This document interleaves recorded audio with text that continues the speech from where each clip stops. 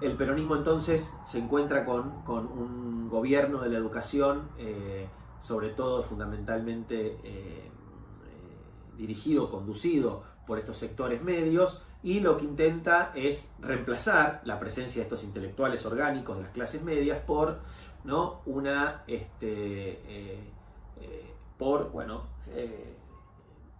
referentes, ¿no?, que representaran, que comulgaran con su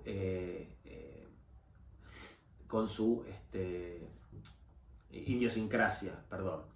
Entonces, en ese sentido, lo que para comenzar a producir esas transformaciones, lo que comienza a realizarse es una serie de cambios en la estructura del gobierno del sistema educativo. En primer lugar, se interviene el Consejo Nacional de Educación, ¿no? En segundo, como decíamos hace un momento, se sanciona la ley universitaria 13031, la 13031, que es la ley la que establece la gratuidad universitaria, y también se sanciona, que no es un dato menor, la ley 13047, que le otorga algunos importantes beneficios a la enseñanza privada en la Argentina. Y este dato es importante, porque la enseñanza privada en la Argentina, recordemos, en ese entonces es fundamentalmente la que gestiona y dirige la Iglesia Católica, una aliada fundamental en los primeros años del primer peronismo, ¿sí? Y a la cual Perón va a complacer y va a reconocer, ¿no?, a través de la sanción de esta ley, que entre otras cosas, dato que tampoco es para nada menor, le comienza a otorgar subsidios estatales a la enseñanza privada. Y esta es una de las paradojas del peronismo, ¿no? Es decir, por un lado, el peronismo, hay que decirlo, fortalece como ningún otro gobierno hasta entonces en la historia argentina el sistema de educación pública, ¿no? Lo fortalece, lo expande, ¿no? Construye una inmensa cantidad de escuelas, es decir, dota materialmente al sistema educativo de una presencia y una fuerza que no había tenido hasta entonces, pero al mismo tiempo refuerza y apoya el sistema de educación privada. Entonces, es un dato también interesante para abrir una discusión. La otra cuestión que promueve es toda una disputa dentro del campo pedagógico nacional, y lo hace a través de invertir la relación entre formación intelectual y formación moral y espiritual, es decir, en línea con las tendencias espiritualistas de principios del siglo y contra el positivismo sobre el cual se había estructurado, ¿no?, las bases positivistas sobre las que se había estructurado el sistema educativo en la Argentina, ¿no? El peronismo va a impugnar, ¿no?, va a retomar, mejor dicho, la polémica positivismo-espiritualismo, y van a promover precisamente las figuras, las ideas, los idearios pedagógicos de los grandes referentes de la primera tensión, ¿no?, de la primera perspectiva, que es la del espiritualismo. Es decir, van a reivindicar la figura de Gentile por sobre la de Comte, es decir, van a reivindicar la figura del pedagogo de Mussolini por sobre la del fundador del positivismo. ¿Por qué? Precisamente porque apuntan a que la escuela forme integralmente al futuro ciudadano, no solamente racional, sino también moral y espiritualmente, ¿no? Porque precisamente eso es lo que demanda y requiere la nueva Argentina, ese concepto de nueva Argentina al que hacíamos referencia hace un rato. La otra medida, fíjense, ¿no?, que son todas medidas a través de las cuales se va interviniendo el sistema educativo. Se crea un organismo sindical, una organización sindical docente peronista, que entra en fuertes disputas con las organizaciones de izquierda y liberal, que hay que decirlo, eran hegemónicas dentro del campo educativo. Y esto nos da pie para recordar que el aparato escolar ofrece importantes resistencias para mantener y defender la estructura tradicional sobre la que se había organizado el sistema educativo. Entre ellas el laicismo, ¿no? Es decir, el laicismo de la ley 1420, que había quedado absolutamente trastocado, intervenido por el peronismo, que había establecido la enseñanza de la religión en las escuelas primarias, dato fundamental. Bueno, la autonomía universitaria también había quedado interdicta, etc., ¿no? Ahora bien, la resistencia del aparato escolar es lo suficientemente fuerte razón por la cual el peronismo se ve también obligado, se ve impelido a desarrollar toda una serie de estrategias político-educativas que van a ir y que van a operar más allá del sistema educativo formal, y van a, como una forma legítima también de actuar sobre el conjunto de la sociedad. Y ahí, ¿qué podemos entender por esas acciones pedagógicas, diríamos, extraescolares o extrasistema? Bueno, el accionar barrial de las unidades básicas. Las unidades básicas eran centros de organización política, pero también espacios en donde se alfabetizaba a la población, ¿no? Una población que muchas veces no había accedido a la escuela pública argentina. Se desarrollan escuelas sindicales que también, ¿no?, promueven la formación de los trabajadores, y sobre todo y fundamentalmente se crea la Fundación Eva Perón, ¿no? La Fundación Eva Perón, como todos y todas sabemos, ¿no?, tenía o cubría, digamos, la misión social dentro de la estructura del partido peronista, ¿no? Cubría la misión social y era la encargada y la responsable de proteger a las infancias, ¿no? Y hay un dato importante y siempre necesario de resaltar, de recuperar, que es, ¿no?, la definición del peronismo de que las únicas o los únicos privilegiados en la Argentina de Perón son los niños, ¿no? Marca precisamente el límite del discurso pedagógico, ¿no?, y la potencia y la posibilidad que abre la intervención política en el campo de la niñez, ¿no?, para poder garantizar derechos al conjunto de la sociedad. La pedagogía se había ocupado hasta entonces de la infancia normalizada, es decir, de la infancia que transcurría su vida entre la escuela y la familia, pero se desentendía del conjunto de los niños y de las niñas que no estaban dentro de esos circuitos. Bueno, la idea de la Fundación Eva Perón era precisamente darle el alcance, la cobertura, la protección, ¿no?, y el derecho a las infancias que las infancias se merecían.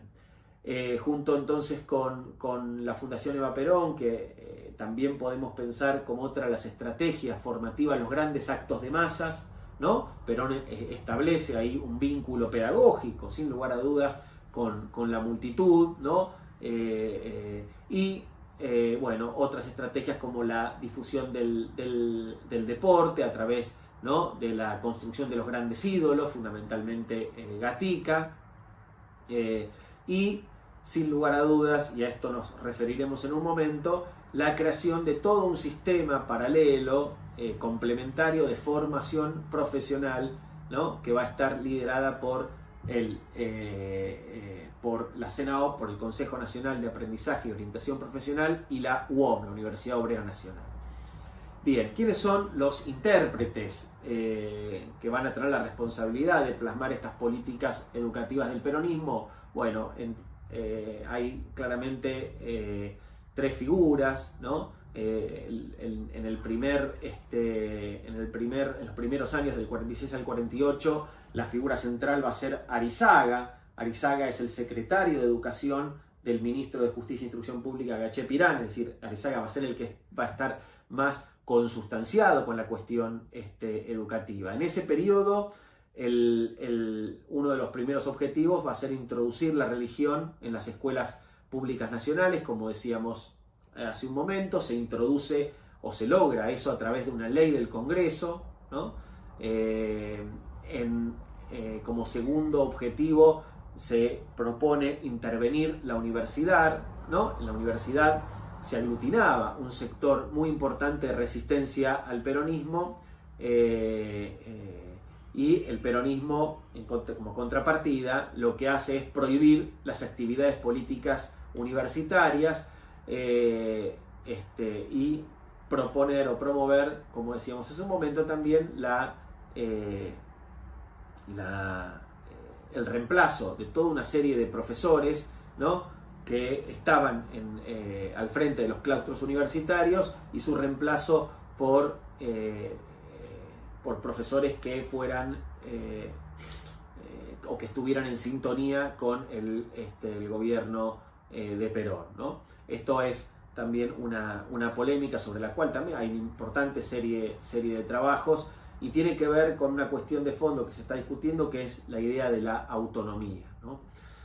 El tercer objetivo de esta primera etapa tiene que ver con la expansión del sistema de educación técnica. Esa expansión del sistema de educación técnica, bueno, respondía puede analizarse, mejor dicho, de diferentes perspectivas o hipótesis. Mariano Plotkin, por ejemplo, en un libro llamado Mañana San Perón, plantea que el principal propósito de expandir la política industrialista de expandir la política industrialista era disciplinar a la clase obrera. Bueno, Pablo Pinot, por su lado, plantea una mirada alternativa, diferente, y lo que reivindica es que esa política es la expresión de una intención de subvertir los órdenes instituidos, subvertir las jerarquías culturales instituidas, recuperando, ¿no?, esta idea de Bakhtin, de carnaval, ¿no? Es decir, de dar vuelta o alterar el orden establecido. Vamos a volver sobre eso en un momento. Entonces, decíamos que la figura central es Arizaga, ¿no?, en este periodo. Arizaga encarna y promueve una reforma, ¿no?, educativa. Arizaga era un docente de carrera, espiritualista, católico, adepto a las ideas escolanovistas, tenía fuertes críticas naturalmente al positivismo, y promueve, ¿no?, en su reforma educativa, la conocida reforma Arizaga, ¿no?, una suerte de nacionalismo democrático que sobre todo pone en juego la revalorización de la educación práctica, ¿no? Arizaga estaba muy preocupado por relacionar la enseñanza con el medio social y con el desarrollo económico, y en interpelar al docente como el soldado desconocido, le decía, de nuestra cultura, a aquellos maestros, maestras. Arizaga les decía, ¿no?, que la escuela argentina será lo que ellos quieran que sea, ¿no? Entonces, ese carácter misional que Arizaga les atribuía a los docentes es muy importante también de resaltar, diría trascendente, ¿no? Bueno, entre el 48 y el 50, las ideas más democráticas van a ir dejando paso a posiciones más cercanas a los sectores conservadores dentro del peronismo, y esa es la figura de Oscar Ivanišević, que fue el primer secretario de Educación y luego ministro de Educación, ¿no?, con la reforma del 49, en donde se clausura el Consejo Nacional de Educación y se crea el Ministerio de Educación en la Argentina, separándolo del hasta entonces Ministerio de Justicia e Instrucción Pública. Ivanišević vincula fuertemente la doctrina peronista con la religión, con el nacionalismo. Ivanišević piensa e interpela a la sociedad en términos de creyentes y no creyentes, resalta o exalta, diría, ¿no?, la importancia de los sentimientos por sobre el pensamiento, es decir, digamos, la propuesta pedagógica de Ivanišević es fuertemente moralizante, le interesa formar alumnos buenos y no sabios, ¿no?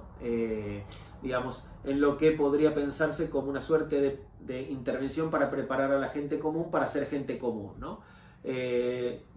Si tuviéramos que sintetizar en 3 palabras el proyecto educativo de Ivanišević, ¿no?, disciplina, piedad y nacionalismo serían esos ejes articuladores, ¿no?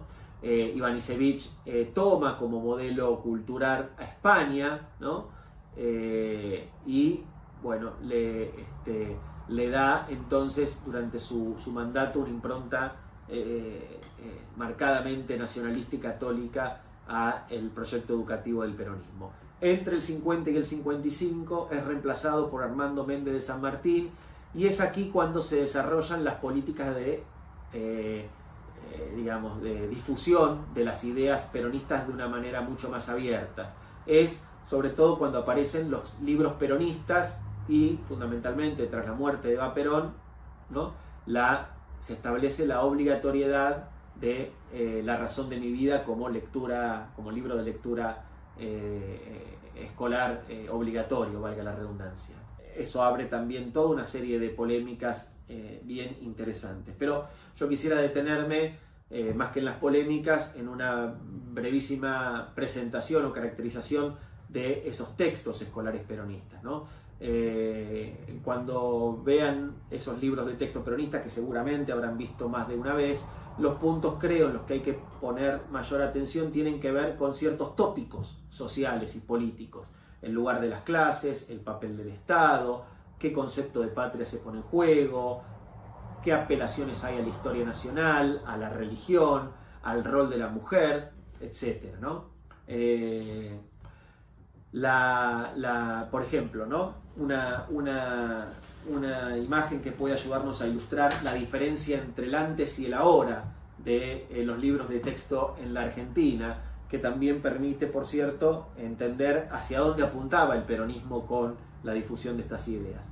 Por ejemplo, decía entonces, sobre el tratamiento de la pobreza, es decir, un tópico recurrente en los diferentes manuales o libros de texto, diría, para enseñanza a la lectura a lo largo de toda la historia argentina. La pobreza en los textos preperonistas, es decir, de las décadas previas, siempre estaba asociada, ¿no? La representación de la pobreza estaba asociada a los preceptos morales, ¿no? La gente pobre era siempre gente buena, los pobres por lo general eran ancianos, niños o mujeres, digo los pobres retratados en los libros de texto. Y esa idea tenía precisamente que ver con profundizar la dimensión de necesidad o de dependencia que estos sujetos tenían de la ayuda. Frente a ello, lo que los textos preperonistas planteaban era presentado, ¿no? Digamos, la ayuda que estos personajes recibían era presentado como un acto individual, como un deber moral, ¿no? De los ricos para con los pobres, es decir, fundamentalmente un acto de caridad. No se entraba en ningún tipo de discusión respecto del orden social que producía la pobreza, que producía esa situación, insisto, en los libros de texto. Y tampoco entraba, y era el gran ausente en estas narrativas preperonistas, el lugar del Estado combatiendo esa pobreza. Bueno, ¿qué sucede con la pobreza en los textos peronistas? Bueno, el acto de caridad, sin lugar a dudas, es absolutamente reemplazado por la acción del Estado, y la acción del Estado está fundamentalmente representada a través de la Fundación Eva Perón. Y el dato quizás más importante, ya no se trata de caridad de los ricos para con los pobres, sino de un acto de justicia social. Es decir, hay un nuevo contorno, ¿no? discursivo en estos libros de texto que plantea una fuerte impugnación del modelo distributivo previo, y lo que ponen en escena es precisamente la presencia de un Estado que está dispuesto a redistribuir los bienes materiales y simbólicos de la sociedad, o que produce la sociedad argentina, ¿no? Ahí, por ejemplo, un texto del libro Obreritos dice, ¿no? La fundación, por la Fundación Eva Perón, es una mano amiga que ayuda sin humillar, que lleva siempre alimentos y socorro al desvalido. Es la pierna artificial del renguito y la máquina de coser de la abuela, ¿no? Un texto, yo diría casi hasta risueño, pero que tiene una pregnancia muy importante en las conciencias de los niños y de las niñas, ¿no?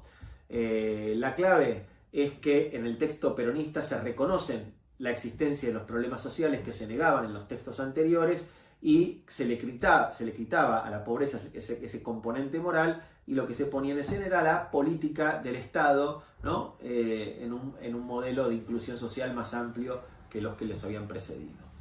Sin lugar a dudas, el último punto, el último escalafón dentro de este breve recorrido por el proyecto educativo peronista tiene que ver con el lugar de la educación profesional. Hay un texto clásico ahí de Pablo Pinó y Inés Dussel, ¿no? que plantean que la educación técnica constituye una propuesta diferenciada para sectores socialmente diferenciados en vistas de su promoción social.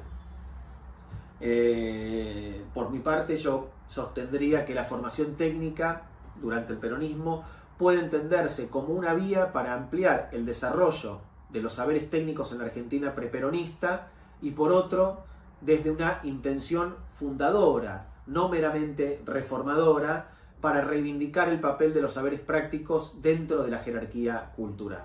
¿Esto qué quiere decir? Bueno, por un lado, que los saberes técnicos en la Argentina, hasta ese momento, hasta la llegada del peronismo, estaban desarrollados en torno a algunas instituciones, las escuelas de artes y oficios, las escuelas industriales de la nación, las escuelas técnicas de oficios, etc. Y que en torno a las décadas del 20 y el 30 comienzan a tener también una clara circulación y representación en los espacios, en espacios extraescolares o extraeducativos, ¿no? Es decir, todo el surgimiento de lo que Beatriz Sarlo llamó la imaginación técnica, ¿no? La expansión de la imaginación técnica y la expansión de los saberes del pobre. Hay una suerte de cultura popular urbana que se asocia a este saber técnico,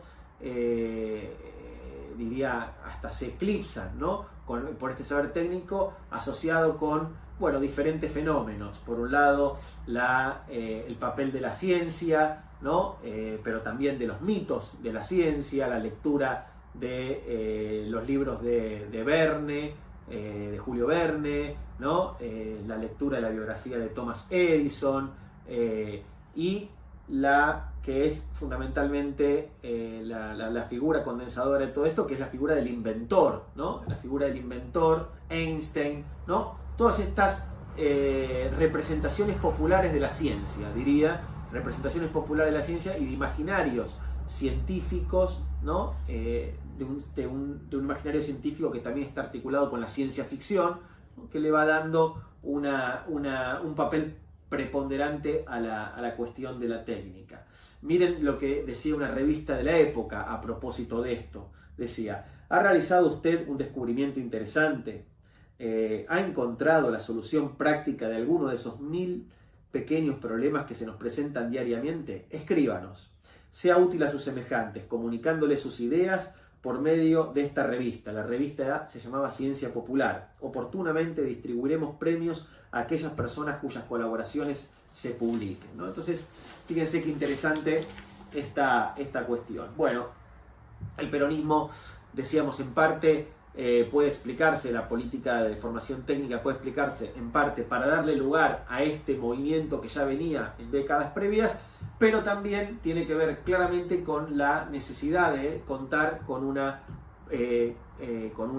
política de desarrollo industrial que requiere la formación de cuadros técnicos. Y para eso, en 1944, se crea el Consejo Nacional de Aprendizaje y Orientación Profesional, ¿sí? La CENAOP, esa comisión, está organizada en torno a 3 ciclos. El primer ciclo dura 3 años y se dictaba en las escuelas fábricas. Ahí había una gama de orientaciones muy amplia, es decir, digamos, se formaban electricistas, se formaban mecánicos generales, radiocomunicadores, motoristas agrícolas, etc. Y estaba organizado fundamentalmente en torno a cursos teórico-prácticos que duraban 8 horas diarias, 6 veces por semana, divididas en turnos de 4 horas cada uno, ¿no? Entonces, en 4 horas la parte teórica, en 4 horas la parte práctica, ¿no? Una suerte de generalización. Un segundo ciclo, ¿no? Que tenía lugar en las escuelas fábricas y a partir de la cual los aprendices, que así se llamaban los estudiantes, ¿no? Que se formaban en estas escuelas, obtenían el título de técnico de fábrica, ¿no? Y un tercer ciclo fundamental, que es el que va a tener lugar con la creación de la UOM, de la Universidad Obrera Nacional, que se crea en 1948 por ley del Congreso Nacional. Y el título que se obtenía en ese espacio era el de ingeniero de fábrica. Bueno, fundamentalmente lo que se pone en juego en esta última instancia, y con esto vamos a ir redondeando, es la idea de formar los ingenieros del hacer, van a decir Dussel y Pinot. Ingenieros del hacer que o ingenieros de fábrica, ¿no? Que van a ser los que realmente van a estar más consustanciados con esta política o este proyecto de industrialización peronista, ¿no? Y que, bueno, van a